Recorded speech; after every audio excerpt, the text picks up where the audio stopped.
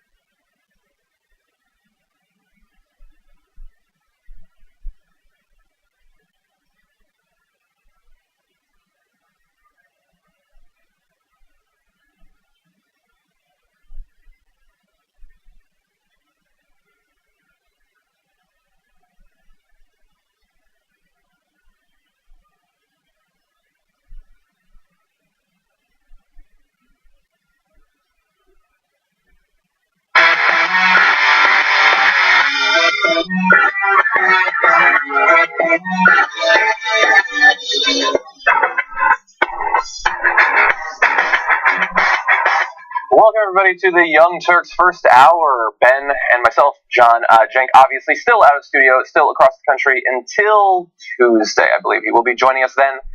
Ben, you've also been sort of AWOL for quite a while. What do you have to say for yourself? I was in Atlanta last week working for TCM, and then there was the week before that a tremendous amount of preparation for TCM. But I'm here for a good long break over until really the end of until like mid-July. Yeah, there you go.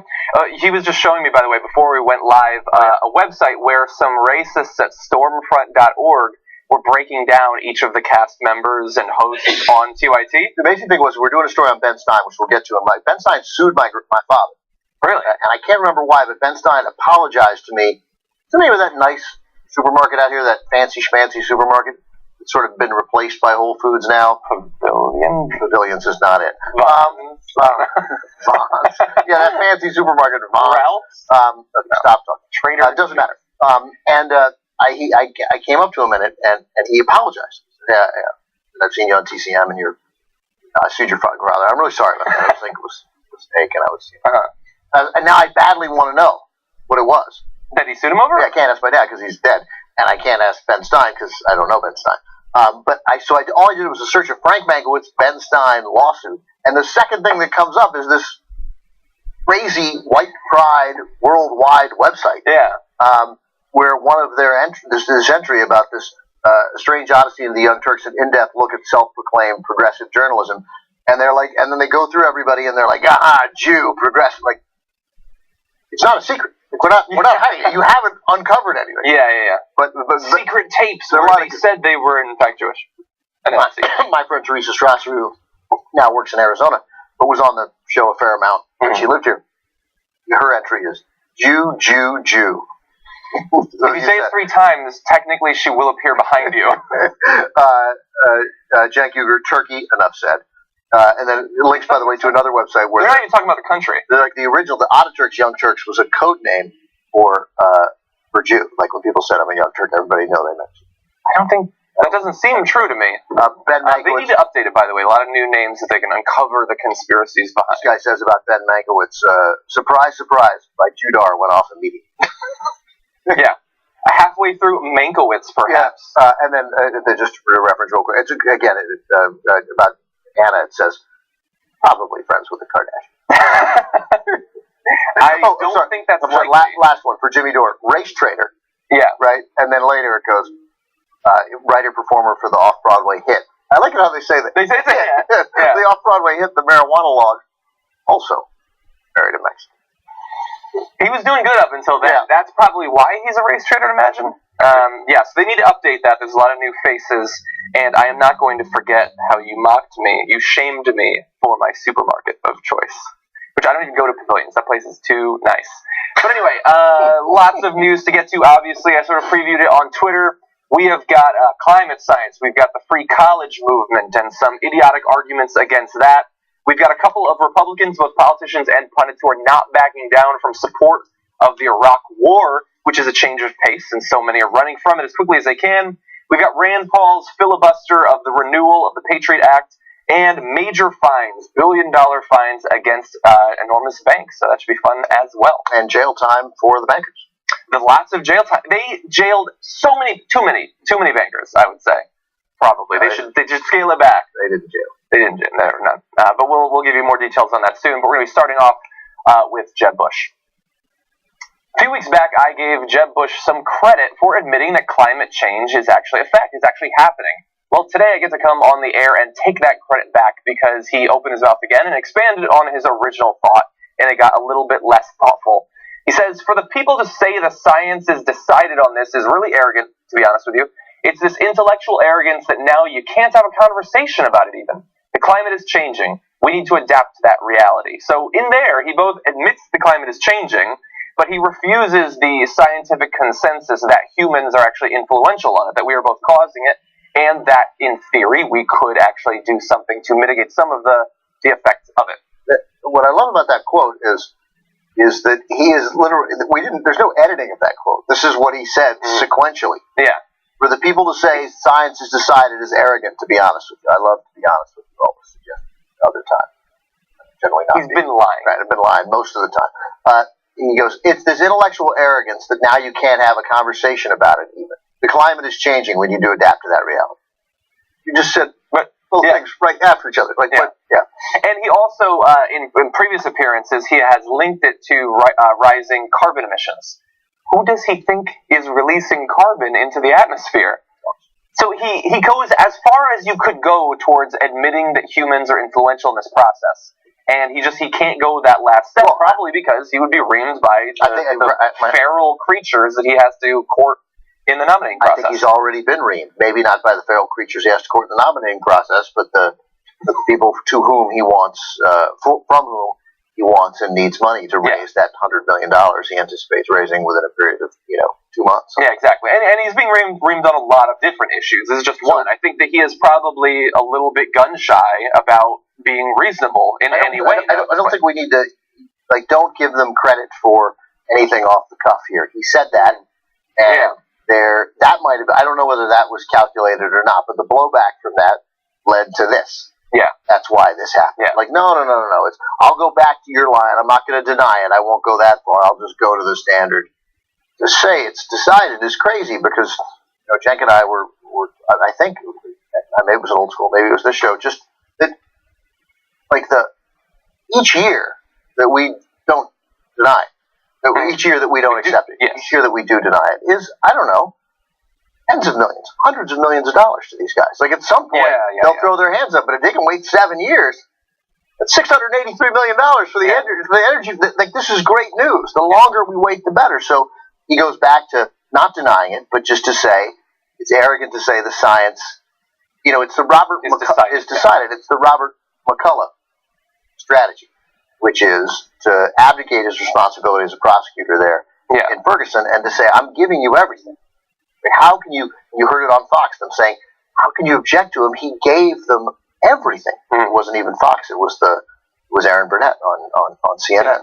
How can you argue with him? He did everything. He gave them all the information. Isn't that great? And Bush is saying here, I'm just saying I'm getting all the information from both sides. Yeah. You can't get on me from that. I hear you about climate change. I hear you.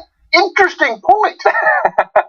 And over on the other side, I'm listening to the other guys who go, maybe not. Yeah. How can you get mad? I'm just listening to both sides. Don't you want me to do that? It's I don't want him to do that. That's incredibly frustrating. And he goes on to say, I don't think the science is clear of what percentage is man-made and what percentage is natural. It's convoluted. I don't think the science is 100% clear about what percentage is which, but I think that it's fairly clear that it's too much percentages, and perhaps if we were to do something, we could cut back on that. After all, if nature is releasing carbon in the atmosphere and that's causing heating, that has been going on for a long time. The new thing, the variable we can control, is our emissions, and so we should. And he says, really fast, so the thing he says is, you can't say that the science is decided, which is 100% true. Is wrong. You can say that the science is wrong, but you can't say that it isn't decided. It's 97% of all scientists. I did the research again. You can check it yourself. At that point, if that's not decided, there is nothing that is decided. Our existence in the universe is not decided, because you can find 3 percentage points of crazy people to deny any fact. We know about some of the facts that they deny.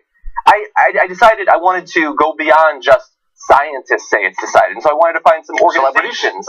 Celebrities as well. Jenny McCarthy doesn't quite believe it. But no, I wanted some organizations. Is that true? Does Jenny McCarthy not believe that? I have no idea, actually. So I saw the American Association for the Advancement of Science, the American Chemical Society, the American Geophysical Union, the American Medical Association, the American Meteorological Society, the American Physical Society, other societies that I can't pronounce. You just went through the A's. No, I stopped. I stopped before the end of the A's because there's too many major scientific organizations comprising dozens or hundreds of thousands of scientists who actually do work in this field who believe that it is settled. And he is wrong when he says that we can't have a conversation about it. A conversation is going on about it right now, but the conversation is being had between scientists who do research in this field. Some of whom are sure that it's happening, some of whom might have problems with particular aspects of how they try to explain it, and they're doing research to disprove it. The conversation is not supposed to be between scientists doing research and jackasses trying to use it to score political points. That's not a productive conversation, Jeb Bush. I don't think the science is clear as to what percentage is man-made, what percentage is natural.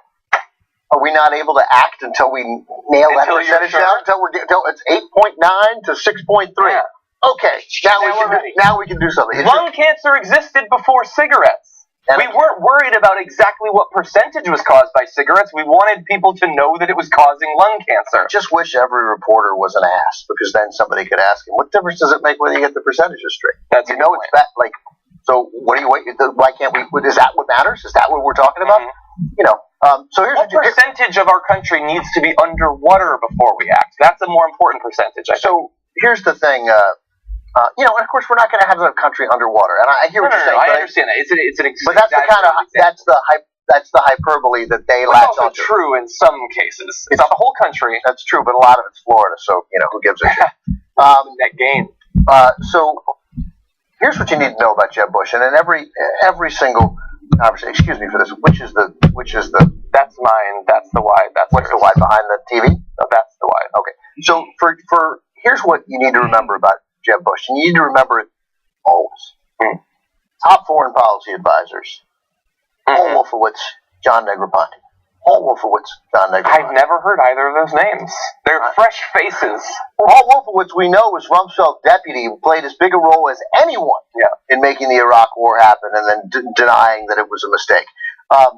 John Negroponte, slightly lesser known, but served President George W. Bush for 8 years in a variety of positions, which, by the way, was what the Washington Post used in an article about, I think, a woman named, I'll get her name wrong. So a woman who was alleged to be George H.W. Bush's mistress. Mm-hmm. She became the chief. She was named chief of protocol. Right? It's a big deal position at the White House for when people come and visit. You know, sort of outlining what you have to do when the Japanese ambassador comes. Yeah. And the Washington Post line said, whatever her name was, Evie Smithtopoulos. You know. I don't think that's what it was. We'll go with it. Who has served under the president in a variety of positions, was today named.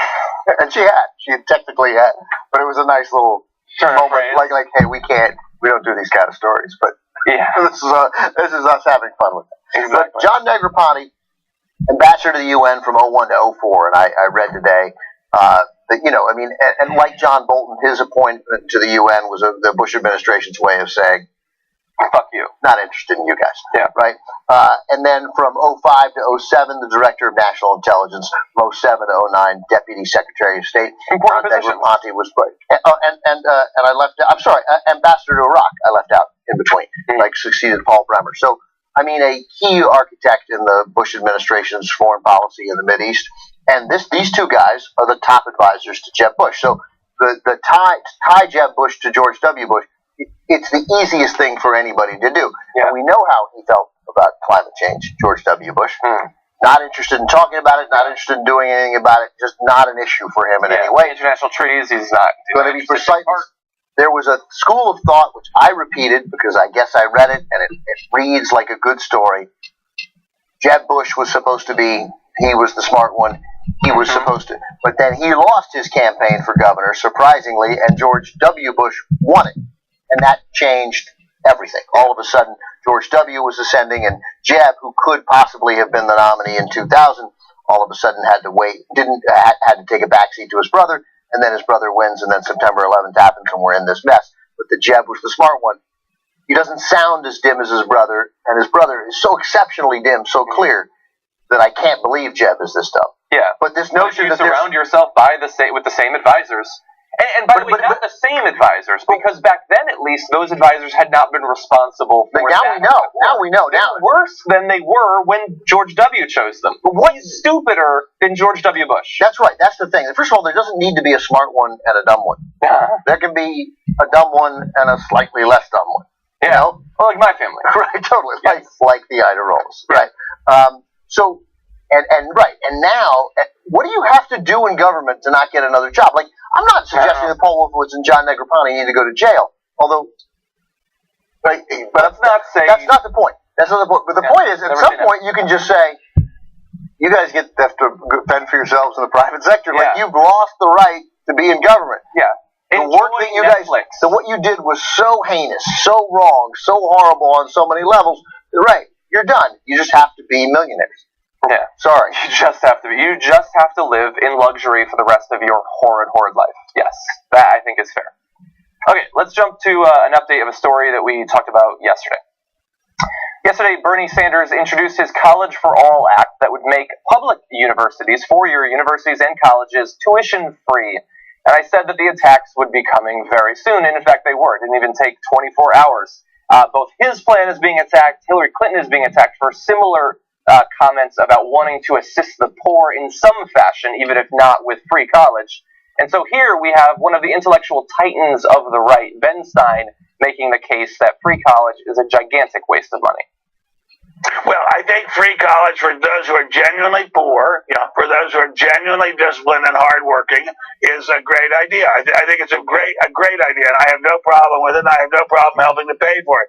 But 4 years of smoking the neon green chronic and being paid for it by a taxi driver or by a worker on a factory floor or by a farmer, no thank you. I think what we need... Well, look at the time here, Ben. Look at the time. But Ben, I'm just curious. But look, college for most of these kids today is just a chance to get high. Or a lot, not most of them, but a lot of them. Why are we going to subsidize it? There's a lot of people saying, wait a minute, what's going on? I gotta cut that. So complete waste of money. Now, Bernie Sanders would say that this is an opportunity to both help them to achieve something with their life, perhaps make them ready for jobs either here or abroad that they wouldn't otherwise have the skills for, while also stimulating our economy in a massive fashion. No, it's actually just so that they can smoke weed while being subsidized. I think we picked the wrong clips from this. I mean, I hear what you're saying. Those are funny. But like what he said, There's never been a time in history where the poor were made rich by making the rich poor. Yes, right. Attacking Hillary Clinton in that case. Yes, right. Which is, of course, not what was that what Obama's been doing? Because the rich have just attacking the exactly. The rich have gotten richer. Yeah, I don't know quite what they're complaining about there. Here's the fourth paragraph in this story, which is from Salon. Although Stein explicitly listed education as a means of acquiring wealth, he balked at the idea of providing free education to poor people, as many of their parents are effectively poor by choice. By choice. By choice. Quote, while there are, quote, some fine, incredibly hardworking poor people, and I love them, and I work with them when I go to Walmart, there are an awful lot of people who are slobs, drunks, drug addicts, and no plan is going to help them. I mean... So the ones at Walmart, which are they? Are they the slobs, the drunks, or the drug addicts? Or are they poor by choice? Well, they're both, but why are they poor by choice? Is it because they prefer to be slobs with their life? How do you know? Who's going to determine whether they're poor by choice? He added, if you took all the money and gave it to the dumber people who are way below the poverty line, so the poor people are the dumb people. Just so we're clear. Yes. Because if you're poor, you're definitely dumb. Which explains a lot of the warped way the right is thinking. I used to like this guy. Because he's funny. You know, he was funny in movies, lines written by other people. Yeah. He effectively delivered lines written by other people. But you cannot say in good conscience that wealth equals brains, and that poverty equals a lack of brains. Yeah. I mean, it flies in the face of every, by the way, success story that the right likes to trumpet. Yeah. But it explains why we're so in love with Mitt Romney, right? Because they think, rich. Yeah, you're rich. You must be smart. You're rich, therefore you got something going for you. Obama's rich. How smart do they think he is? That's right. They're not even consistent in their stupidity. Nobody, apparently. Richard, Bill, and Hillary Clinton, they're unbelievably rich. Exactly, yeah. Yeah, and I do appreciate that he at least had the consistency that back in the 90s, he tried to get this system set up by giving $5,000 of his own money to the smartest person in the room. But unfortunately, that stimulus program was eventually canceled. He took all that money and gave it to the dumber people who are way below the poverty line. They'll be better off for a little while, but it'll still fail. And then some fine, incredibly hardworking poor people, and I love them, and I work with them when I go to Walmart. Yeah. What? That's insulting. But also, this is an argument to get rid of all support for the poor. Like, if you give the Medicare, the Medicaid money, if you give any sort of food stamps, they'll be better for a little while, but they're just going to waste it anyway. You know, my father, who was sued by Ben Stein, as I mentioned at the top of the show, but and a lot of Jews will understand this. You know, my father would look at people and after, you know, and assessing their behavior, and the way Jews talk sometimes is like, you know, good for the Jews or bad for the Jews. Bad for the Jews. Yeah, Ben Stein. The final thing that bothers me about this is, like, if you actually want to lay out some criteria for a person being stupid, he is a wealthy person who's gone to school. He's even played professors in movies. And he is obsessed with whether a person smokes weed.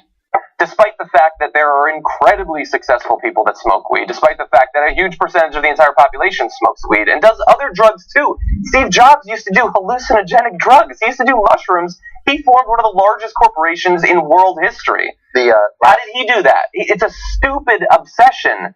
And they're not worried about the fact that, I mean, there's a lot of drinking on college campuses. Why not talk about that on Fox News? Like, why aren't you worried about people who are getting high on prescription painkillers, of which apparently 16,500 died in 2010 alone? That's not bothering him, and I bet there's some rich, intelligent people who are getting loaded up on Vicodin and Oxy and then overdosing from it. He's not worried about that. I watched the story this morning on the CBS morning show. I never watch news in the morning. I've never done that, or television even in the morning, but Letterman was on, obviously been watching Letterman. I'm a right-thinking American. That show was so good. So good. I did not see it. So, he went 17 minutes long, so my DVR cut off 17 minutes early. Great show, and I'll find the rest of it somewhere online. Really funny, great stuff, great. It was great. It was a great show. And but CBS was still on this morning, and I turned the TV on to give the dogs company. Because when now I leave the house, they just like tear up the bedroom. That's their new thing, right? So they're frustrated. So I think that Charlie Rose will help them. Obviously, what dog wouldn't want to be put him to sleep? Right, exactly. We don't want Charlie Rose there. So they do a story on CBS how this station in Colorado has converted from, I think, some sort of rock or alternative station, but a music station, into an all-weed station. And it's at least initially successful. And they said the person running it would be the person you'd least expect. And it was because this guy was a conservative, a self-proclaimed conservative Republican. Yeah. And this guy said that, he said, his quote, I'm paraphrasing here, but this basically, he said, you'd asked me 2 years ago about marijuana, legalizing marijuana, I'd have said, no, in 100 ways. But then, what do you know? It turns out a terrible story. His kid is sick and had to get chemotherapy, and he was so incredibly sick from either the disease or the treatment that he said given a synthetic weed, the guy said within 12 hours he was better. Yeah, like he was great, and he was like, "Wow, this is That'll great." change your opinion pretty fast. So I'm thrilled that the kid got it, and that's clearly a loving father, like many of us who would do anything for their kids. Most of us who would do anything for their kids. Why does it take something happening in your family to give you one freaking ounce of empathy? Did it not occur to you? And what I would love to have asked. So did you not think anyone else had this disease before it affected your family? No other parents desperate for this kind of treatment for their kids? That never occurred to you? The same thing. Who's the representative whose kid turned out to be gay? Remember? I do. But I'm blanking out. Yeah. But some senator or congressman, upon learning that, my kid's gay, so I guess I feel differently about this now. Yeah. But there were kids who were gay in other families. Yeah. Before your family, and before your kid got this terrible disease and needed help, other people. People conceivably loved those kids too. I don't have some great capacity for empathy. I think I have a normal capacity for empathy. But I am keenly aware that people have suffered prior to my suffering. And I don't understand why that doesn't inform any policy decisions that this guy and his ilk ever freaking make. Yeah, apparently just not the way to think. And again, I'll reiterate really fast, as I always do, we do not make things legal in this country when you can prove scientifically it has a beneficial outcome. That's not how it works. You have to have a reason to make something illegal in the first place. So it shouldn't take synthetic cannabis curing someone of their nausea from chemo. If other things like this are legal, it should be legal as well. Why don't we push through to one more story before we take our first break? No. Okay, we're talking about a rock, actually. Okay. Anyway, you smoke a little. Relax. I hear it's great for you. I won't trust it until I try it. I have a famous Amos cookie while you do the story. Which I tried to tell him they were delicious, but he did not trust me until he tried it, and now he says they should be legalized. Well, I love celebrities. I didn't realize that he was famous. Exactly. Famous mostly for the cookies. I just thought it was Amos's chocolate chip cookies, but now you didn't have faith. Right now, I feel connected to sort of the red carpet. All right. Okay. So let's mix it up.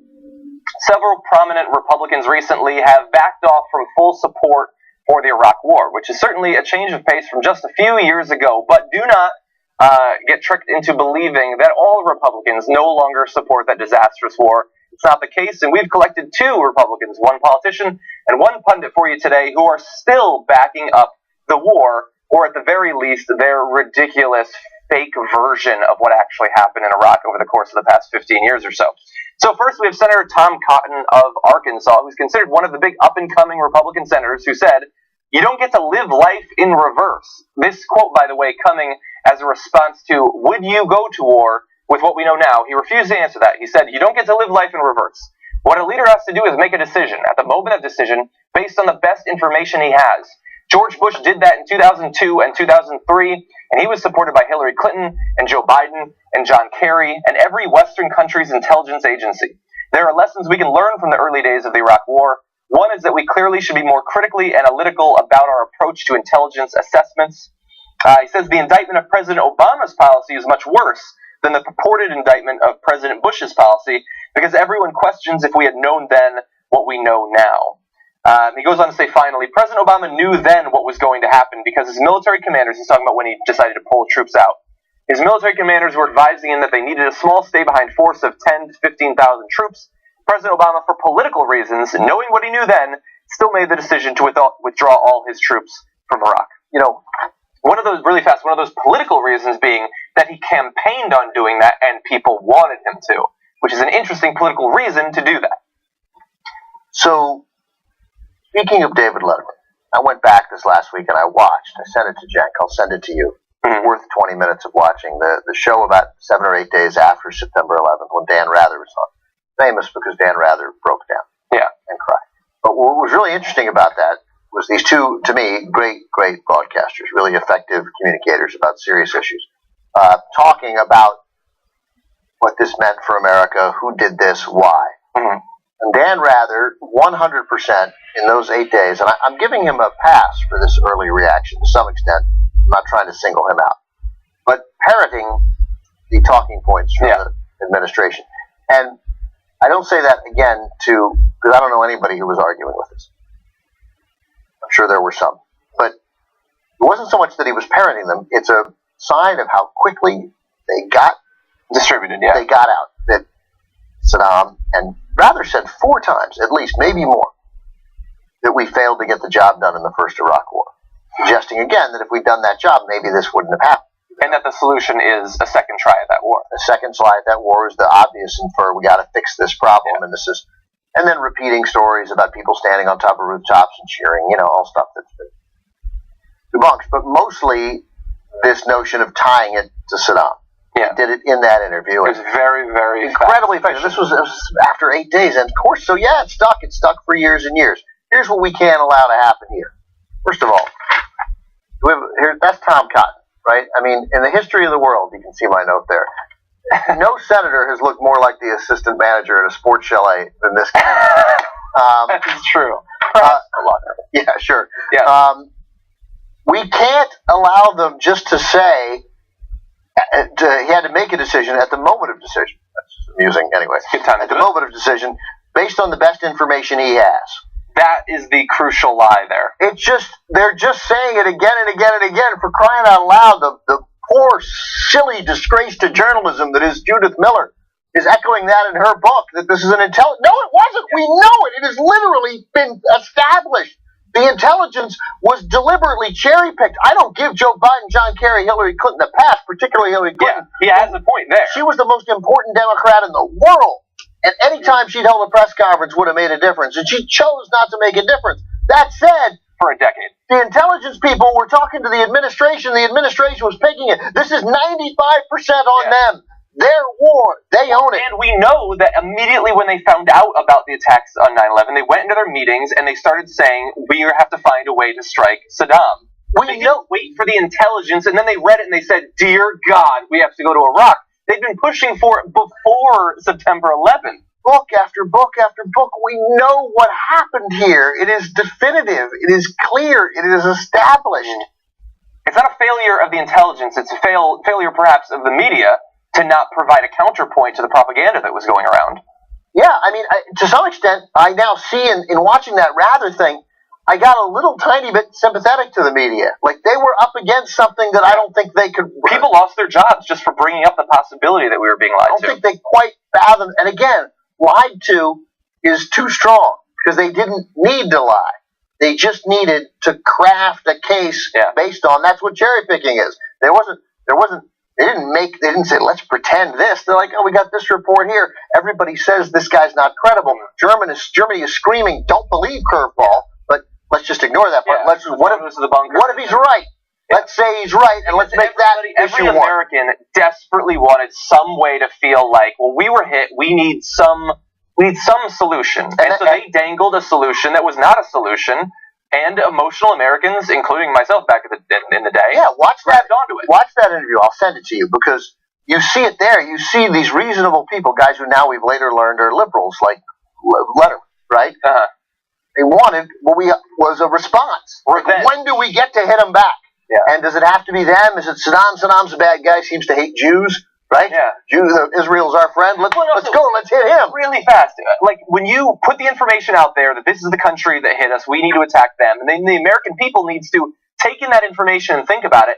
Think about how little the average American knows about Iraq and Afghanistan today, after more than a decade of war. They knew nothing back then. They couldn't have pointed to it on a map, but they were sure, because they were lied to, they were sure that was the solution, was to send troops to those countries that they had never thought about once in their life. But Dave, And senators and congressmen required 1% more proof than the average American did. but the regional director, he just got promoted. He did. Regional Southland director of the sports chalet says, no, he's just going to say, no, look, we're all based on the intelligence we had, based on the information we had. That is horseshit, and it is still out there and left there. You know, Bill Maher argued with Judith Miller about it a little bit, but even Bill Maher, and I get it, she's on the show, she's personable, she seems to be being honest, and I think she might think she's being honest. She's just still a fool. But I mean, did you not read anyone else's book? Are you the only person who gets to write a book? Only your book matters? It's, and I just, no, that is not the best intelligence we had. In any way, it isn't the best intelligence we had, and it was a failure of intelligence in large part after the Iraq War. But mostly, those are the guys who are now getting routinely thrown under the bus, guys who literally, especially people still working there, most of these guys, they're not political. They don't fight back. They get ripped all the time, and they're like, I just got to go in tomorrow and do. I watch the Americans at Homeland. I know how intelligence works. I've seen a couple of episodes of Chuck. Yeah, totally. I have a pretty firm ground. I got it. Here, I know how it is. And you know what? I'm not even going into detail, but Bill Kristol's back on TV saying another one. When Bush finished his second term, Iraq was calm and peaceful. There was no Al Qaeda. There was no ISIS. All was good in the world. It was Obama's fault. I looked it up. The month right before Obama came into office was December of 08. Well, yeah, so December of 08. There were 290 civilian deaths in Iraq that month alone. Which, look, is probably less than America, considering our murder rate. I still would not count it as peaceful and calm. But that is the alternate reality that they are peddling to the American people. Thankfully, the media is a little bit different than it was back in 2001 and 2002. A little bit. We're going to take our first break. When we come back, we've got Rick Perry taking advantage of absolute paranoid delusions amongst his base. We've got Rand Paul's filibuster against the Patriot Act, and then hopefully the bank fines as well, and our criticism of that response to the big banks. Let me do this tease. I'll do it better. Show you a little thing about teasing, okay? Okay. When we come back on the Young Turks, if you live in Houston or Dallas, are you headed toward a death dome? The story when the Young Turks continues. There you go.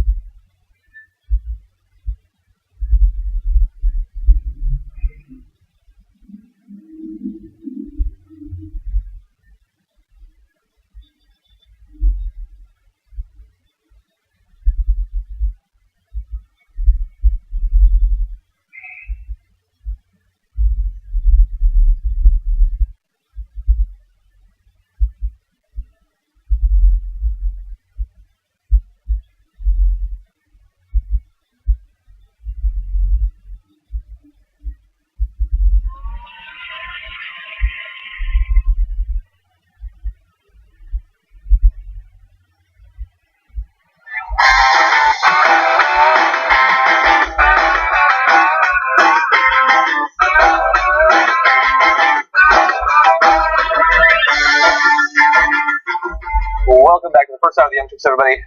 Ben and myself. It's always good when you come back. You get things. Sorry. I'm wearing pants. Don't worry. We've got some tweets for you. Did you have any you want to read? Well, I like that one where Feel free. I told you not to interrupt. Oh, sorry. You go. Hold on. First of all, I got to give it to Ben Mank. That was a hell of a tease. Thank you, Dustin Turner. John, when Ben revs up, and is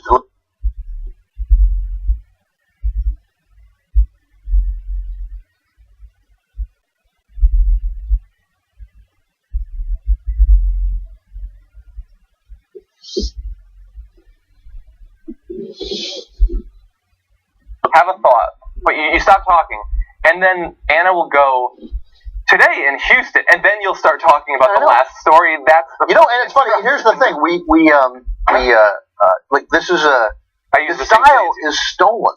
Like I stole it. I told the story last night on Old School.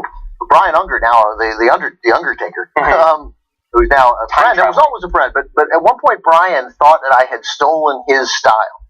Well, his way of doing story when I was doing the show in Miami with Cenk, and I'd never seen. You guys knew him back then?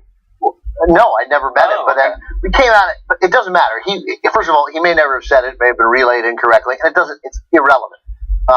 And he was given some bad information. I'm stealing from Letterman, and that style is stealing from Letterman. It's waiting until you definitely don't think that question will come, and that's when the question comes.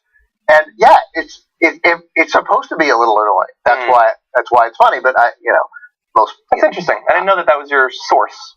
Yeah, and I was Ryan. I'm very awkward, and the closer the camera gets to my face, the more people tune out. But yeah, Unger needs to come back. He's too busy with all these shows. He's so good. He's so famous. So good and funny to have around. He's such a good guy. He's very funny. He's very nice, personable. There's literally nothing wrong with Ryan. Yeah. Handsome guy.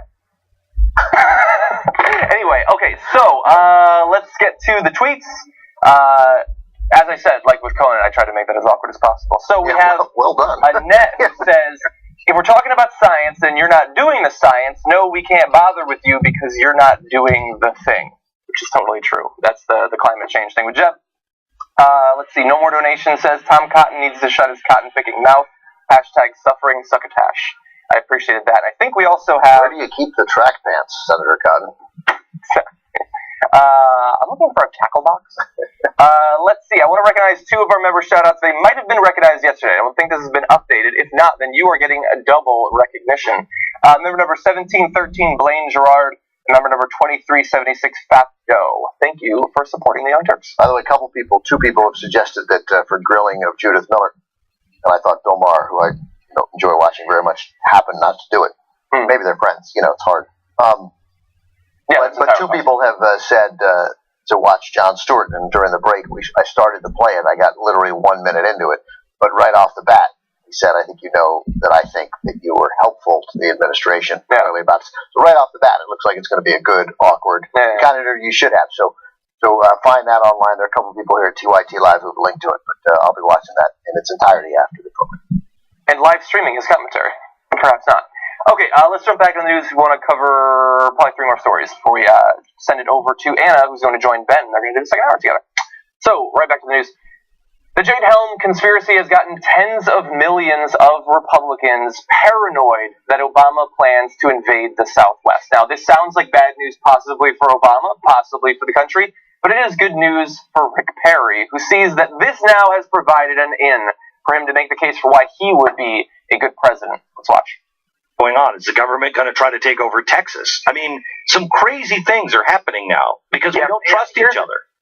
Here's an interesting. I think, and if you put an individual, and I'll use myself. I haven't announced for the presidency, but if I did, let's say that I were to become the president of the United States, I think there will be a clearly change of attitude towards that office, what comes out of that office, the messaging that comes out of that office, that clearly puts America back on a course where I hope people always question government. They should. Our founding fathers sent us that message that we ought to question government. but don't question your military. Don't question the men and women who have put their hands up and sworn this oath to our Constitution and defend this country. He is not a very smart man. I mean, he definitely showed that in one of the biggest debate flubs ever when he couldn't name the third executive department that he wanted to shut down. But there's a lot of crazy here, and I think that both of them are both responsible in part for it because they like to push conspiracy theories like this. I mean, for Beck to say crazy things are happening right now. No, crazy things are happening right now. Crazy things are being believed right now, probably in no small part thanks to your online network and your former show on Fox, where you pushed every conspiracy theory that you could. Crazy people are on Twitter. Yes, right now. And that's all that this is. So, and Rick Perry uncovered in that meandering, puzzling, could be the dumbest governor in Texas history.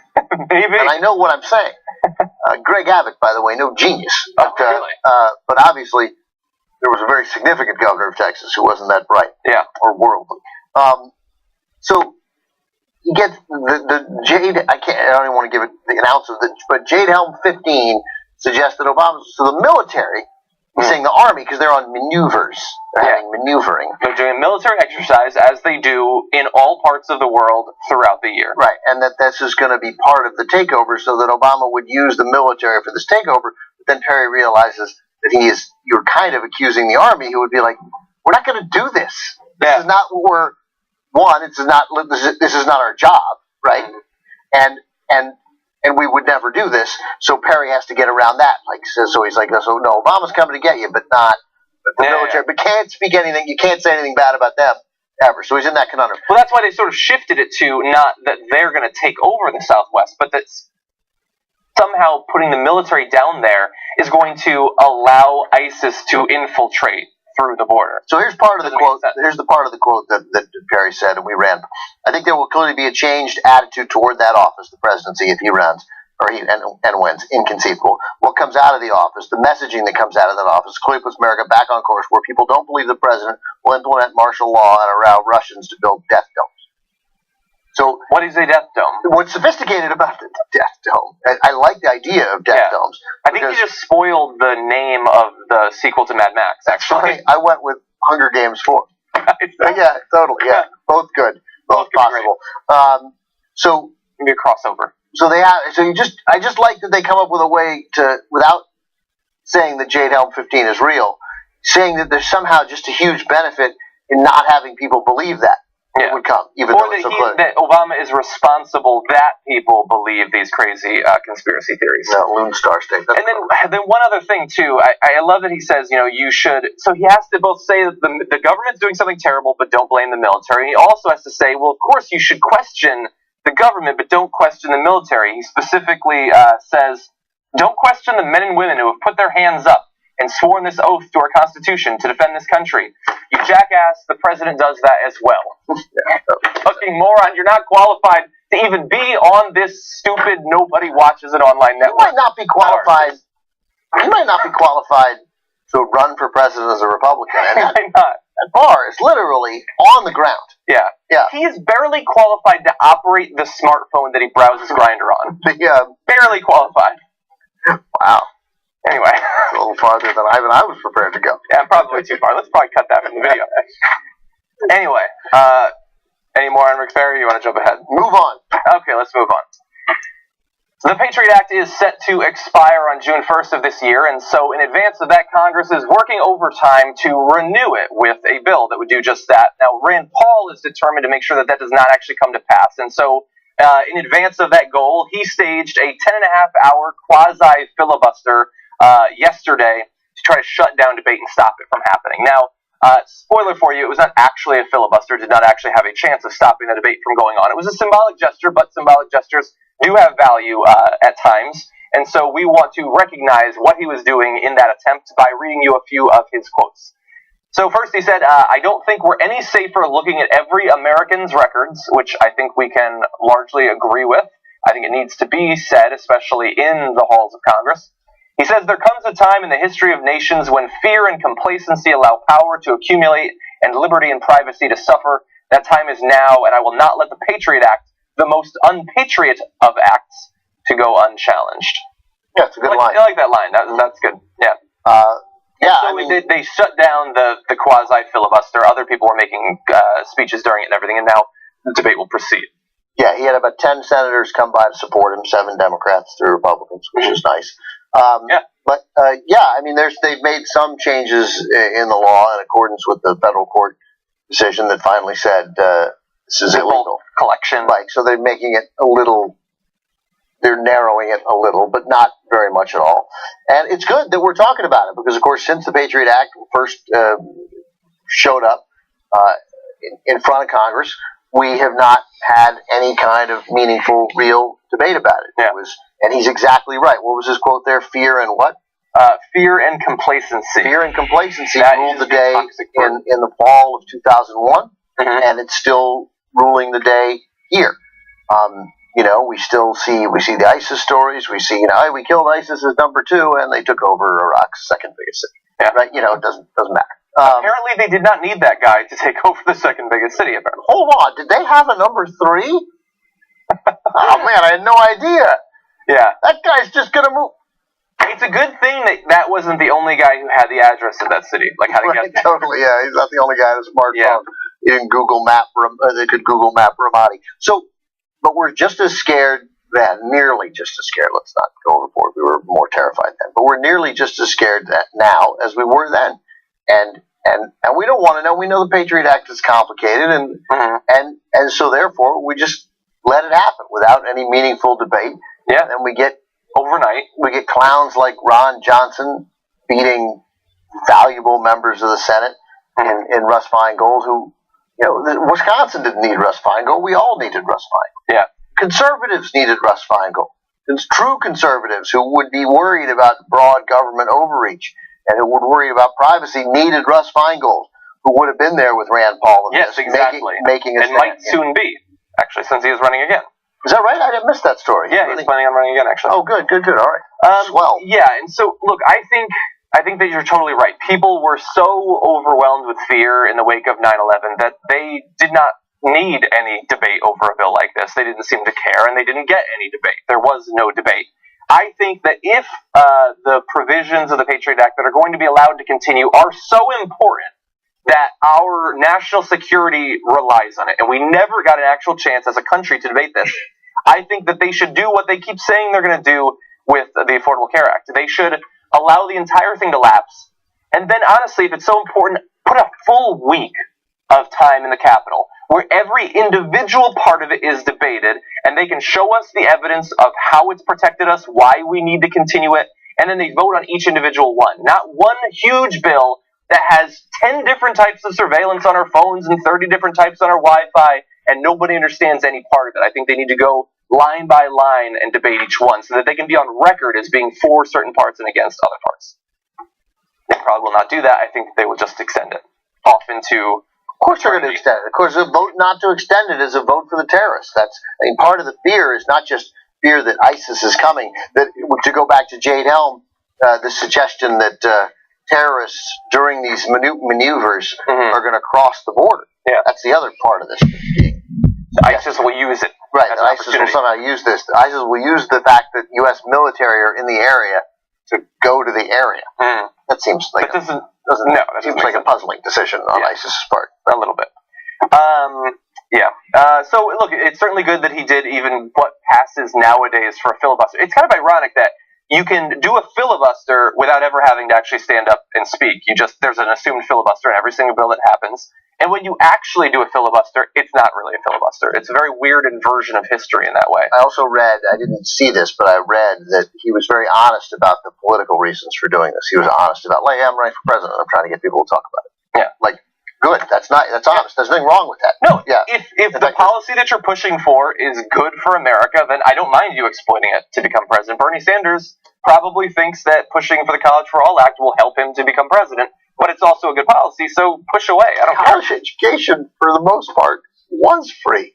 You could go to state college for incredibly cheaply. As recently as 25, 30 years ago. Okay. Yes, a long time ago. It's not a crazy, insane concept. And they have it in a number of countries. In other today. Western countries. Western countries, yeah. We're not talking Muslim countries. That's crazy. Yeah. No, okay, we've got a little bit more than 2 minutes. Our next story was going to be the bank fines, but I think that deserves an actual conversation that we would not be able to fit in. So I'm going to bring that back on the Power Panel tomorrow when Ben will be here and Jimmy will be here. We'll talk about the fines and the lack of prosecutions on the banks there. What I would like to do is jump ahead to our final story.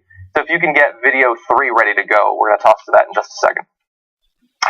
It's becoming harder and harder in America in 2015 to demonize weed in the way that they did back in the 1950s, implying that it will destroy your body, it destroys communities. And I think that this was demonstrated very well earlier this week at a House Judiciary Committee hearing on police reform when this interaction happened between a congressman and a police sheriff. Sheriff Clark, let me ask you this. You mentioned in your testimony that much of the population in state and local federal prisons was for violent crime, and probably that's true, but in the federal system it's mostly for drug crime.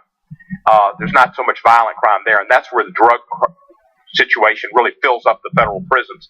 And you said that illegal drug use is the scourge of the black community, and it is a problem, and leads to a great deal of violent crime. Would you agree that marijuana possession is not the scourge of the black community and does not lead to violent crime the same way that meth, crack, cocaine, and heroin do? No, I wouldn't agree with that at all. Well, that's interesting, and I wish I had more time to talk to you. But thank you for allowing me this opportunity. And the defense attorney is not supposed to ask the question. They don't know. But it was such an obvious answer, I just never thought I'd get that answer. I'm literally laughing at him at a House Judiciary Committee meeting. But you can do that in Congress now. Yeah, that's it is a joke. Right. Steve Cohen, that's Steve Cohen from Tennessee, from Memphis, represents a primarily black district. Steve Cohen, good friend of the Young Turks. Oh, really? A very good friend of Michael Shore.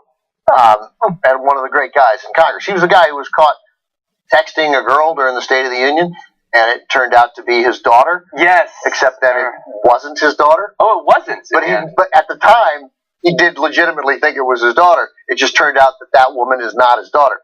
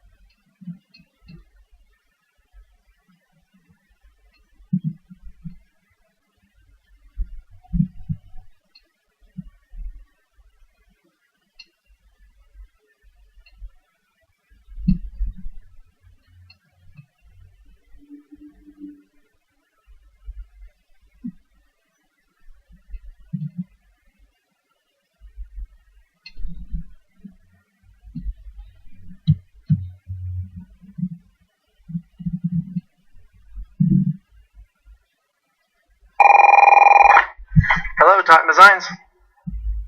Sales department.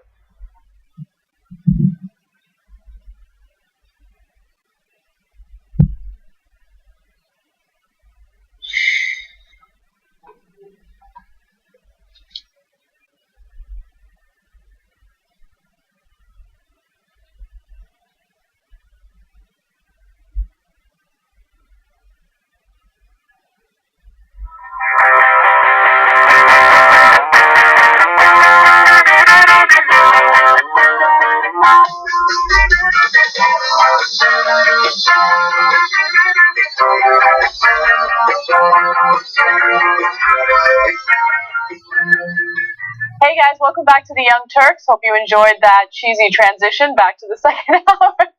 It was adorable. I loved it. What's up, Ben? Not much. How are you? Chilling. I'm wearing my cash outfit.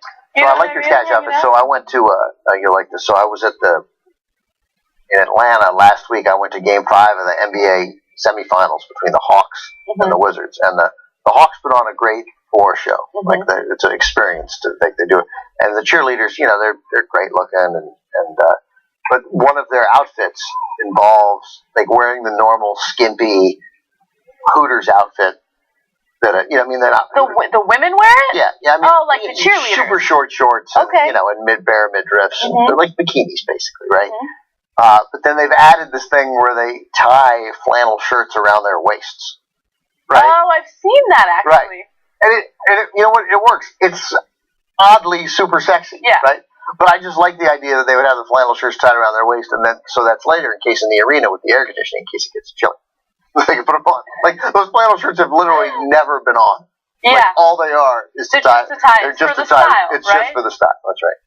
Flannel shirts, I feel like, have made a real comeback as of late. Okay, the 90s are alive and kicking. Yeah, beards and flannel shirts are back. Yeah. I have a bunch of flannel shirts. I like it.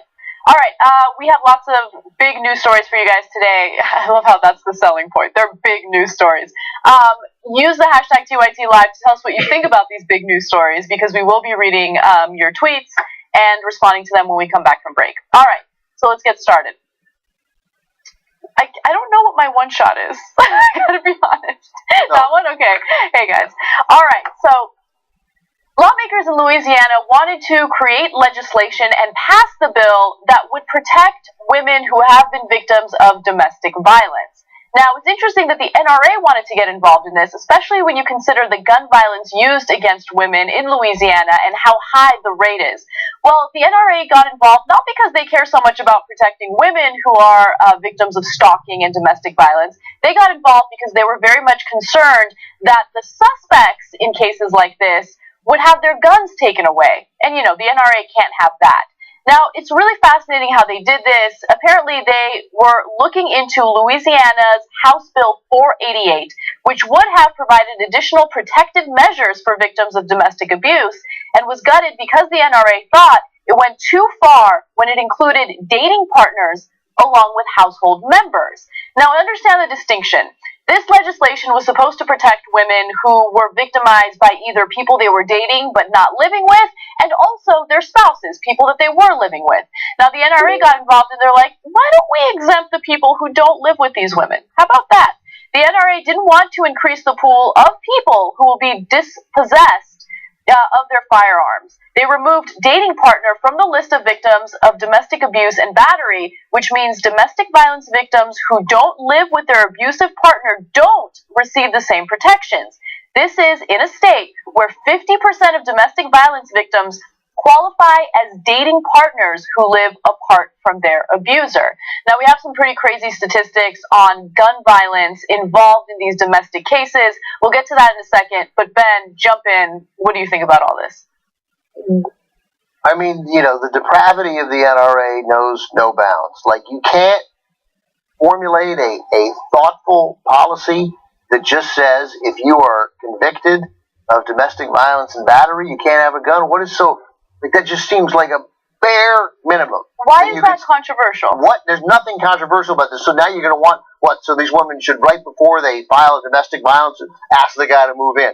Then you can get the proper protection so he might not come back and kill you. Yeah. I'm sure you have the statistics here, but I mean, Louisiana's rank as far as number of people, deaths per capita from guns, and women who are the victims of domestic violence is staggering. So let's take a look at that. So more deaths per capita from guns than any other state. Now that doesn't necessarily mean that all those cases involve domestic violence.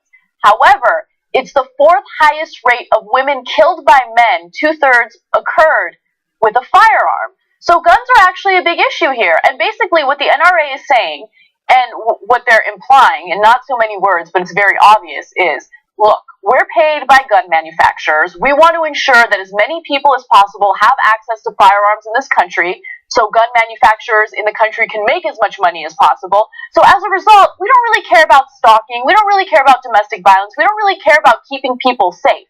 And remember, that's always their talking point. We need these guns to keep people safe. If they genuinely cared about that, then they would not be in favor of giving those who are convicted of domestic violence access to firearms. People convicted of domestic violence is the definition of a bad guy with a gun. It's the definition of it. According to a spokesperson for the NRA, instead of taking guns away from hotheads and convicted creeps, Louisiana lawmakers, reading from Raw Story, so instead of taking guns away from hotheads and convicted creeps, Louisiana lawmakers should toughen enforcement of restraining orders. That's what a spokesperson for the NRA... Toughen the restraining orders. Look at everyone guns. Because a guy who has been convicted of battery of his girlfriend, right, if the restraining order is toughened, right, is going to say, I'm thinking of going by and killing my girlfriend, but I don't want to violate that restraining order, so I'm not going to do it, is absurd on its face. If you're capable of committing a murder, you're not going to get held back by the restraining order. It is incredibly dishonest, and somebody's going to get killed. And they should be, you know, this is an opportunity right here. You know, usually, when you say there's a policy decision and it's going to result in somebody's death, you know, these policy decisions are complicated. So many of those deaths would have happened anyway. I don't like blood on the hands argument, but at some point, someone who would have lost a gun will not lose a gun, and they'll use it to kill somebody, and that's that. And that'll be on them. And I'll leave you with this statistic. Gun murder rate 2.5 times higher than the U.S. average. So in Louisiana, the gun murder rate 2.5 times higher than the U.S. average. And remember, the U.S. average isn't so great.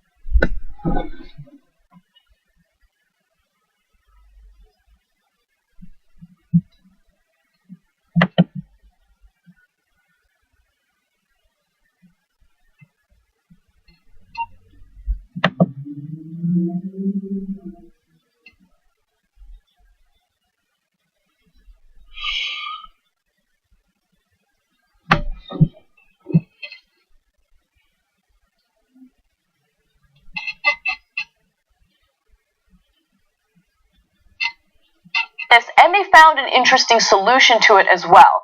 Now, a real quick video from AJ Plus kind of explaining how devastating the school to prison pipeline is for some students. Take a look.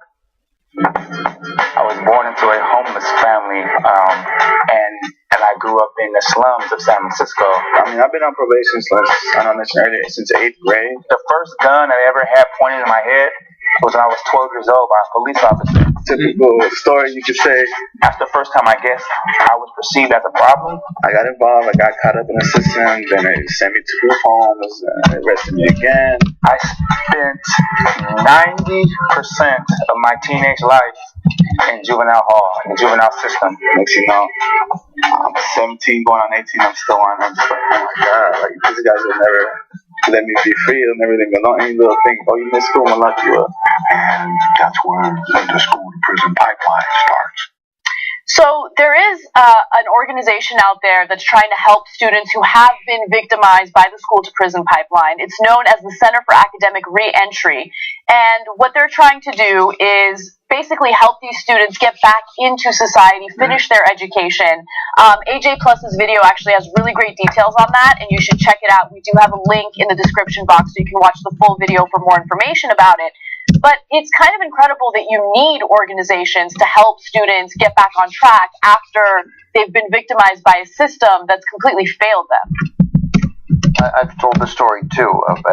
Like, I'm shocked, and this was more telling of just, I'm in a period of my life where I'm always reminded of how similar I am to everybody else. Like, things you think about yourself that are exceptional, it turns out they're not exceptional. Everybody can do it, right? Like, you know, I like being a parent, right? Like, literally tens of millions of people are doing it right now, and they're fine, right? Right? Your story is not exceptional.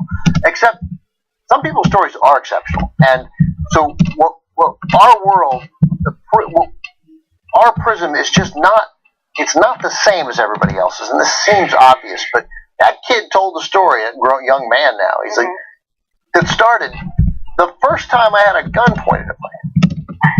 First time, I've never had a gun pointed at my head, and God willing, I'm never going to have a gun. You've never had a gun pointed at your head, and God willing, never. And most people here have not had a gun pointed at their head. Just what we think is normal is what we think is radically abnormal is completely normal for so many people. Very quickly, I'm going to unbelievably relate this to Mad Men. But at that Hawks game that I went to, I told the story also on Old School last night. They introduced John Hamm. He was at the game in Atlanta. And they were like, you know, and they're like, the crowd, everybody, John Hamm in the house. And they show him and everything. And he's like, and he gets like a polite applause. It was a good applause. And then like 10 minutes later, they introduced T.I. Can't name one T.I. song. I barely know who he is. I know he went to prison. I mean, the roof came off, right? And I'm like, oh, I got to hurry back to L.A. to get back to do the What the Flick Mad Men recap because everybody wants to know. Nobody wants to know. Nobody cares. Nobody watches. But you know, but I know not nobody watches. But I mean, like, but here's where I sound like the right wingers in the Volvo driving, arugula eating, New York Times reading world. It's all Mad Men, right? But to every young person, they don't. Mad Men, one, it's a television show. Two, it's about 40-year-old white guys, you know. But T.I. makes relevant music. He makes relevant music because it touches on issues like the school-to-prison pipeline. You know, he doesn't directly say it in his lyrics, like, I am now rapping about the school-to-prison pipeline. But he talks about an entire community that gets victimized by institutional racism. And the school-to-prison pipeline is a perfect example of institutional racism. It has school administrators and school police singling out very specific groups of people and demonizing them for behavior that they deem deviant, but a lot of teenagers do it, right? So we did this story a long time ago about this, it was like a Cash for Teens scandal. It was a judge who was basically prosecuting students for doing things like missing school, skipping school. They would spend time in a juvenile facility as a result of that. And he was getting paid on the side. That was in Pennsylvania. That was in Pennsylvania, yes. He went to prison for, he's going to prison for a long time. He is, and I'm glad that he is. And even though I feel like there are other cases like that throughout the country, not necessarily judges that are getting paid, but teachers, administrators, basically adults who treat these students as if they're like hardened criminals because they've done something somewhat bad. I'm not going to say that skipping school isn't bad, but let's say they accidentally bring like a pocket knife to school and they get caught with it. Oh, well, we're going to prosecute you. You're probably going to try to harm someone. And then they spend time in a juvenile facility. Do you think that that actually helps them in any way, shape, or form? No, that actually does turn them into hardened criminals. There shouldn't be an economic reward. There shouldn't be a capitalist component to prison. Yeah. It just shouldn't. That's simple. Anyway, again, AJ Plus did some really good reporting on this. Please check out the video in the description box for more information and subscribe to their channel. They're doing some really great work. All right, let's take our first break. When we come back, we are going to talk about some parents who are going to jail because they're trying to send their kids to a better school. Stick around.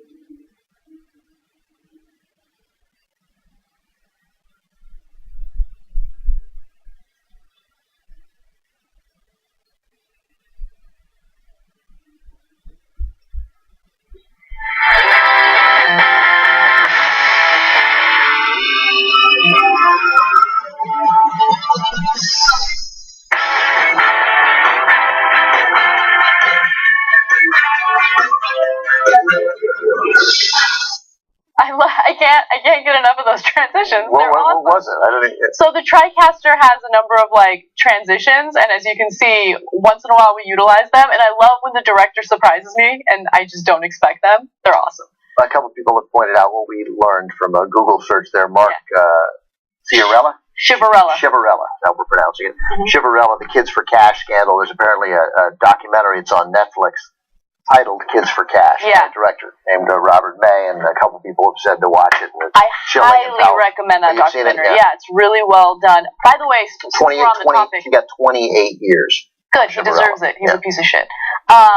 Another really good documentary that I saw recently was Southern Rights on HBO. Have you seen it? No, I don't know. It's excellent. It's about segregation in a town in Georgia, and like just the unbelievable racism that exists there. Still. Yes, and the thing is, you know, documentaries about racism, you feel like they've been done. How much more can you possibly learn from them? No, this is one of the best documentaries I've ever seen. So check it out, Southern Rights. All right. A few TYT lives for you. Eric Wallace literally made me laugh out loud during the break. He wrote, "I want an entire rap album by Anna, AK-47 Kasparian, with lyrics like, 'This is the school to prison pipeline.'" Yeah, good stuff. Yeah. Okay. It's a natural. Right? I'm so good. Yeah. I'm such a good rapper. Okay, Mr. Red Penguin says, "How dare those bastards not show up for school?" No, actually, juvenile conviction for that? Yeah, I mean, you read stories and they're kind of unbelievable. The Chiavarella judge actually went after a student who brought paprika to school. Okay, how do you go after a kid for bringing paprika to school? I thought it was paprika for most of my life because my mom called it that, and I got into it as a grown-up professional into a significant argument that it was paprika, not paprika.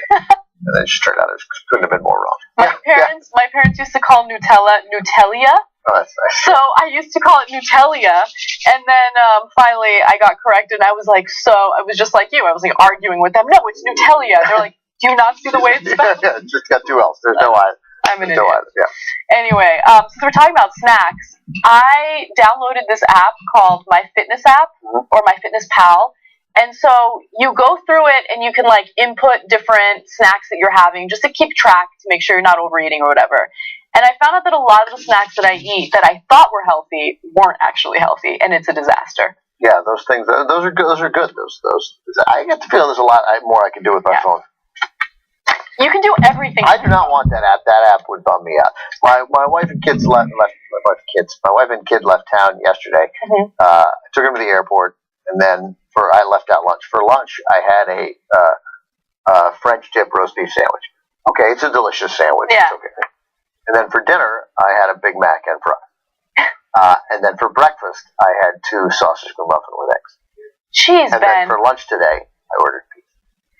You know, one thing that you could do to counterbalance all the unhealthy food that you've been eating is snacking with Nature Box. Oh, no, but I'm serious. Yeah. Okay, so I have massive munchies at nighttime, and so I used to always go on donut runs at like midnight. That's usually when I get my munchies. I don't know why I get munchies at midnight. It's weird.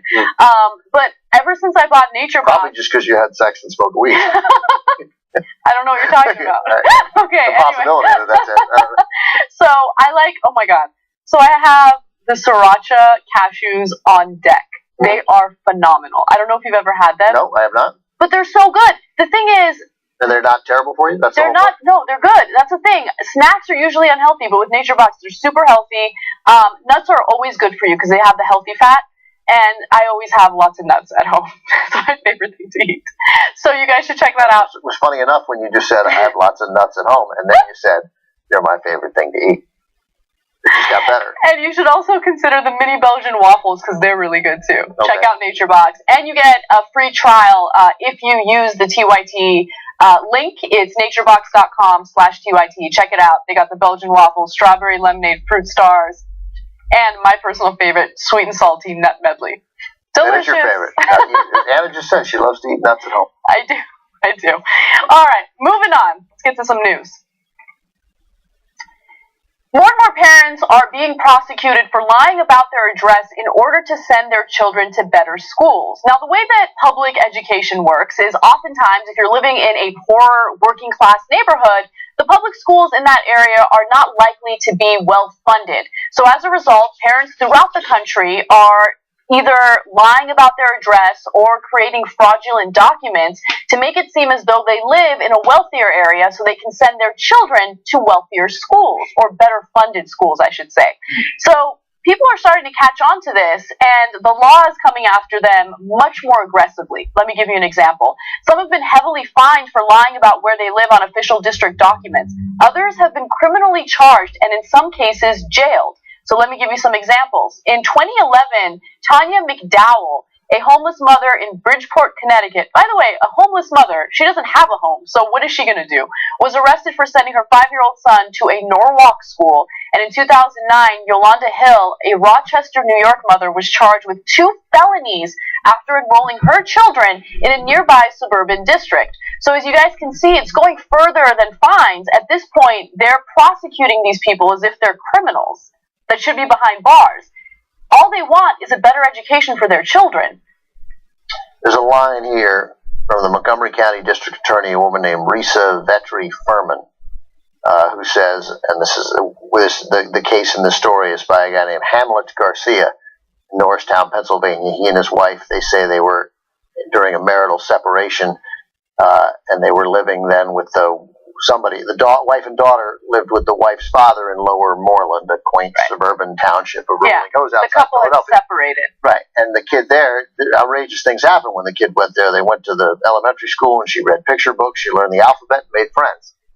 You want to put a stop to that as soon as possible. How dare she? I mean, it's one thing to learn the alphabet, but to learn the alphabet and make friends, the kind of thing we can't stand for in America. We can't have it in America, no. So here's the quote from Assistant Montgomery County District Attorney Risa Vetri Furman, and I would just say to her, this is why you went to law school. This is why you went through this process to become the district attorney. They, quote, essentially stole from every hardworking taxpayer who resides within the Lower Moreland school. You can't possibly have gotten into this line of work to say something like that. Yeah. They're not stealing.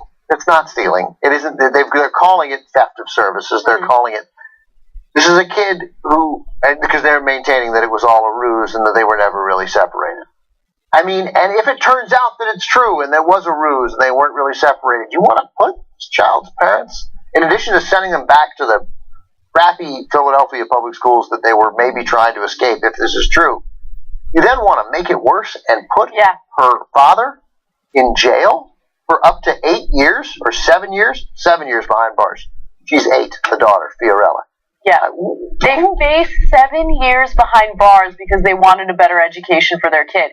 And the thing is, we've done stories about specific people who have gone through similar things. I mean, if you are a homeless woman who has a 5-year-old son, or a 5-year-old child, what do? You don't have a home. So does that mean that your kid doesn't have a right to a public education in this country? That's absurd. And by the way, this is a perfect example of how this country lacks empathy, because at one point, we were empathetic. At one point, we realized, okay, this is happening because there is a flaw in the system. Now, it varies based on which state you live in or which municipality you live in, but in some school districts, the local schools are funded by property taxes, right? So if you're living in a rich area, then of course the school is going to be well funded. If you're living in a poor area where the property taxes or the property value is much lower, well, then you're not going to have a well-funded school. So there is an inequality of education, and instead of trying to deal with that broken system, we're trying to put a Band-Aid on it, or we're trying to criminalize people that are just trying to do better for their kids. It's disgusting. Right, and the solution, of course, is not to take money from rich schools and make them less good. Exactly. The solution is to give money to all the schools to meet the standard of the best schools.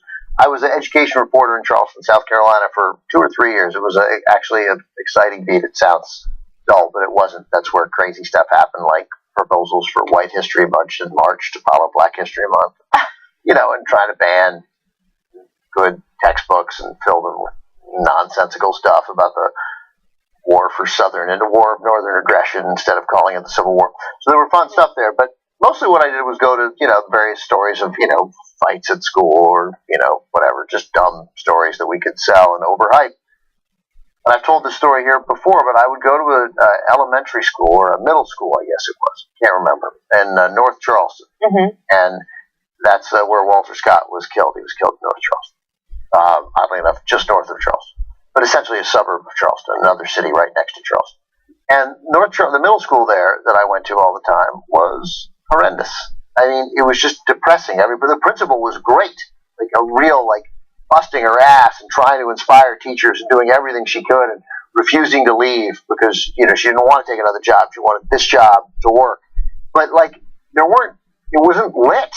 Yeah. You'd walk down the hallways and the bulbs were out and it's depressing and it's dirty and then you'd go 6 miles away to this really nice part of town and you'd go to a middle school.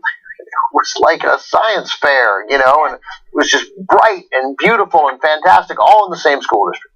And no sane person could make an argument that there were the same opportunities for those kids in the lousy school as there were for those kids in the other school at their most formative age, at 11, 12, 13, 14.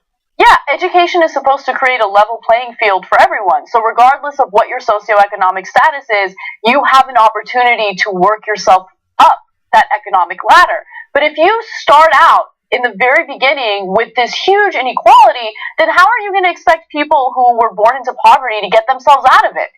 Which is why arguments like picking yourself up by the bootstraps is so ridiculous, because you don't have a level playing field for everyone. And to punish parents who want the best for their kids is ridiculous. It's almost as if you're damned if you do, you're damned if you don't. If you're a parent who fights to give something meaningful to your kids, apparently the law is going to come after you and criminalize you for it. By the way, somebody quoted in the story the CEO of Stand for Children, a national education advocacy group, said his group does not condone parents breaking the law, but, quote, the real crime, which needs to be prosecuted, is declaring inequality in the quality of schools in rich areas versus poor ones, what we've been talking about. I played softball every Sunday with Jonah Edelman. You did? In Washington, D.C. What a nice guy. Smart guy. I like him. Doing good things. So just one final graphic that I want to read to you guys, because it just shows you how severe the punishments can be. This is graphic 10. Parents in Michigan can be jailed up to 20 days if they do this. In Washington, D.C., you can get up to 90 days.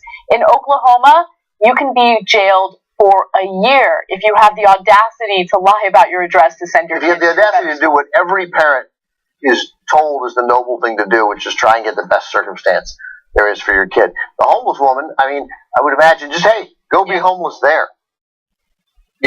But I don't know, but that's not where the shelter is. And by the way, that's not where the support group is. It's not where her friends are. It's not, whatever.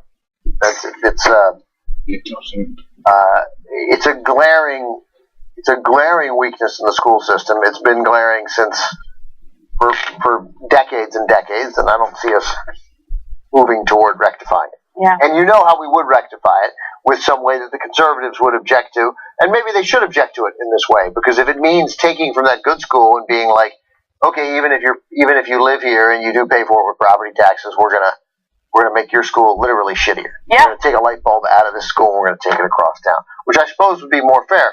But that's not. You take your best school and then you try and get every other school to be just like it, or nearly like it. And also, one other thing, a lot of schools are funded based on how well students perform on standardized testing. So standardized testing is standardized, meaning that it's the same for everyone regardless of where you live in and what your background is, right? So kids who are from a poor area already have a disadvantage. So they're going to do worse on standardized tests, and the school is going to be underfunded as a result of that. It drives me crazy. I mean, our public education system is just fundamentally broken in so many ways, and it's because of the policies that we're passing. All right, moving on. I don't know why I feel guilty all of a sudden reporting this story, but we'll see how it goes. Bill O'Reilly is in the middle of a brutal custody fight, and the media has obtained some transcripts from the court proceedings, and it implies that O'Reilly's daughter has opened up about her father being abusive toward her mother, and also about the fact that he has some severe anger issues that he's having a difficult time dealing with. Now, one of the reasons why I'm reporting on this is because it's important to know that someone who's on Fox News every night preaching about family values and who also demonizes minorities for the way they raise their children turns out to be a huge hypocrite in his own personal life. Now, I should note that these are not things that he's been convicted of. These are allegations made by his own daughter when she was 15 at the time, but nonetheless, I'll give you the details. The documents, which record testimony given last year, confirm that the ex-couple's teenage daughter told a court-appointed forensic examiner that she witnessed O'Reilly, quote, choking her mom as he dragged her down the stairs by the neck. O'Reilly's custody trial transcripts also indicate that he told his daughter that his mother is an adulterer. He struggles to control his rage around his family. In fact, he says that he gets so angry that he has to go outside and punch trees. And also his daughter regards him as an absentee father ever since he broke up with the mother. Yeah, I don't know. I don't know whether any of this is true. Obviously, what we do know is that parents, people make stuff up in family fights all the time. This does not have the weight of a police investigation or anything like that. What I don't have any trouble believing is that guy who screams at guests, who points. This is an incredibly aggressive gesture. Yes, it is. And it's demeaning even when I'm thinking it's making me uncomfortable right even now. And I'm goofing, right? Yeah. Right? He's a bully. Many bullies, especially a grown-up bully, not like a bully. A 14-year-old bully might grow out of it. They might learn. I sat with somebody on a plane whose kid has a very rare autism-like genetic disorder, and she's like, it's tough for him. Kids make fun of him. He runs slower. He's a different kid. And she's like, the good news is going into high school, he may only have years. We found that kids get older, they grow out of it. Yeah. But he hadn't grown out of it. He's in his 60s. He's just a bully. He's a mean man. He's mean to other people on a consistent basis. So is it possible that his family sees that rage? Sure, it's possible. But, and nobody, even if there's a degree of hypocrisy involved, necessarily deserves to have their personal issues like this aired publicly. So I hear you. Makes me uncomfortable too. Yeah. All right. Well, moving on to what I think is one of the biggest news stories of the day. There was a massive oil spill near Santa Barbara, California, and tens of thousands of gallons of oil did spill into the ocean at Refugio Beach. Now we have pictures of the spill, and you can see how devastating it looks. Although Plains All-American Pipeline, which owned the pipeline that leaked into the ocean, claims that they're doing everything they can to clean everything up and that they are going to take full responsibility of what occurred. I mean, this is disastrous. Santa Barbara is beautiful. The beaches there are beautiful. Think about the marine life that's going to suffer as a result of this. Think about how much the environment suffers as a result of this. It's just disgusting. Now, the mess was created after a 24-inch pipe ruptured onshore, sending thousands of gallons of oil down a storm drain and into the ocean before officials were able to shut it off. By then, the U.S. Coast Guard estimated 21,000 gallons of oil had spilled.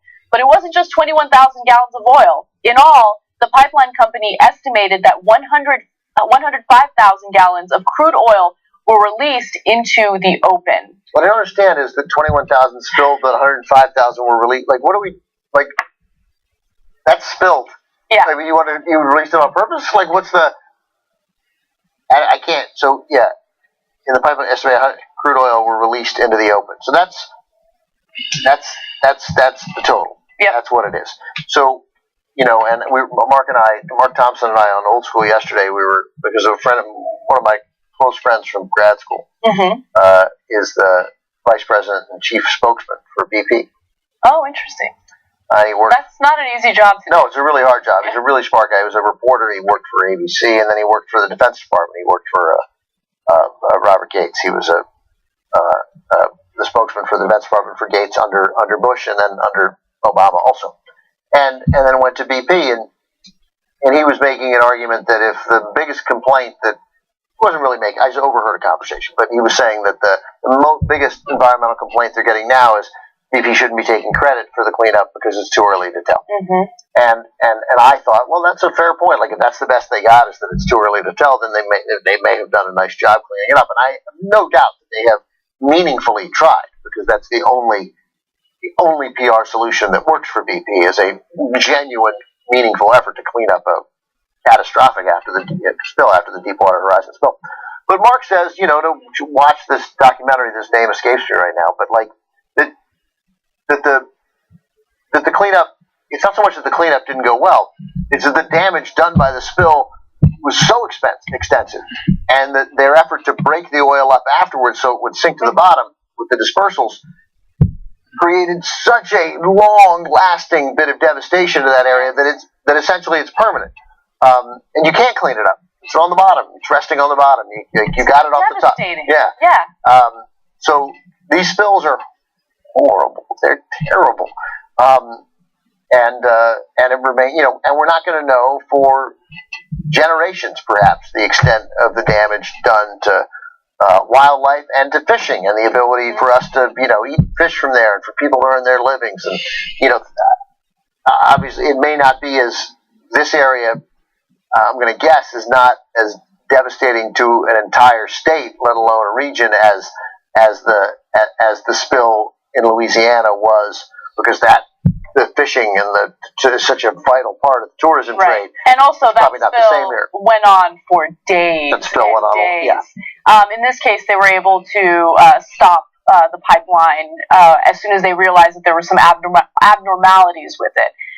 But the thing is, yes, it's devastating, but aside from needing to focus more on renewable energies that aren't going to destroy our environment, you also have to consider the fact that this is an industry that's severely under-regulated, okay? So the LA Times did this really great piece on this particular spill. They looked at data regarding their infractions, okay? And they were guilty of so much in terms of, you know, the way that they were running their business, lots of wrongdoing.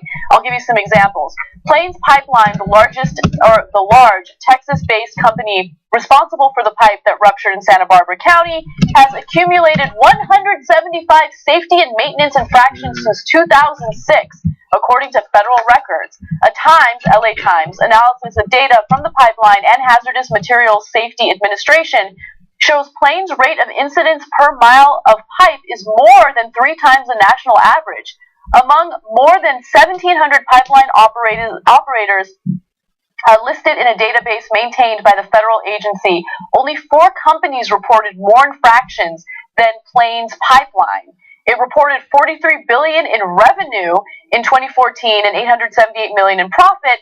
But when you look at some of the issues that they've had problems with pump failure, equipment malfunction, pipe corrosion, operator error. I mean, lots of issues that could have been dealt with. I'm positive that this spill could have been prevented, but it's just an unregulated, I shouldn't say unregulated, under-regulated industry. Oil companies get away with so much, and how many oil spills are we going to have before we actually pass regulations that protect the environment and prevent these types of spills? Can we see graphic 26 again real quick? I have all of those issues.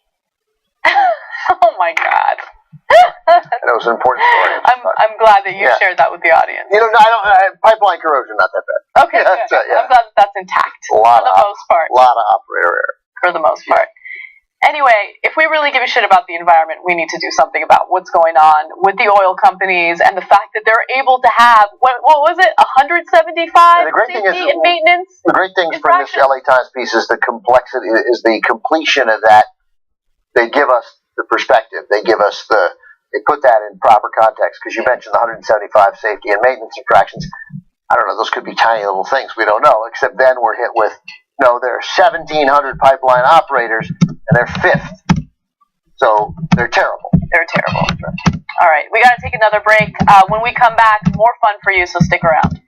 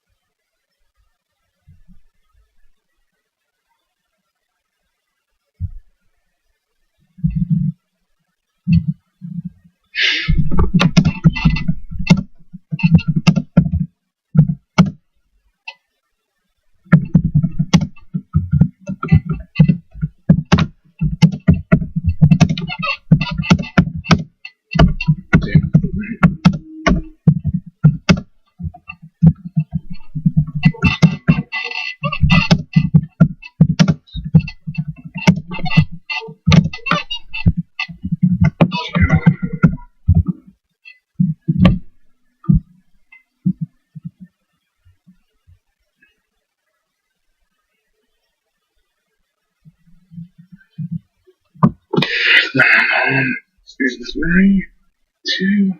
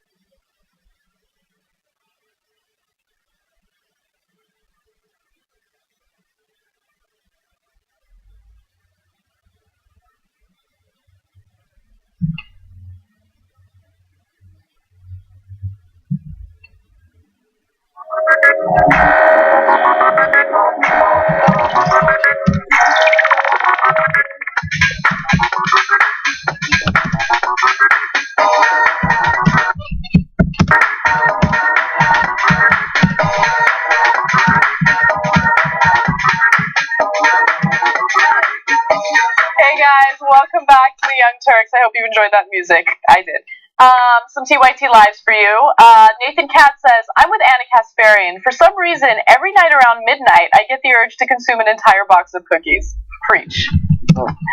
Michael Gibbs says, rather than finding parents for sending their children to schools in other districts, instead improve education at all schools. That's what I'm saying, right? What is that? Did someone? No, that's like a little thing of you. I drew this earlier in the day. I wasn't sure when Cenk was going to be back, but posting it now. It's from Kayla Uchiha. Oh, that's really cool. Chibi Fangirl at Chibi Fangirl, and I don't want to alarm anyone, but Cenk may never be back because he's never here. Also, so Cenk looks like he has a mustache. I think it's his mouth. But Yeah, it looks a little like he's got a little suave mustache here. I'll do this on the. Can't do it any more officially than that. Oh, there we go. It's not bad. You can see it. Yeah. Yeah. A sense of what it is. By the way, I'm kidding about Jank not being here. Not kidding at all. All right. So No More Donation says a very troubling aspect about the Santa Barbara oil spill is that we already know that sea life and ecology is destroyed for years. I don't know how true that is. I got to look into it, but I wouldn't be surprised. I mean, you have a massive oil spill. So, all right. Moving on. Let's talk about sunscreen.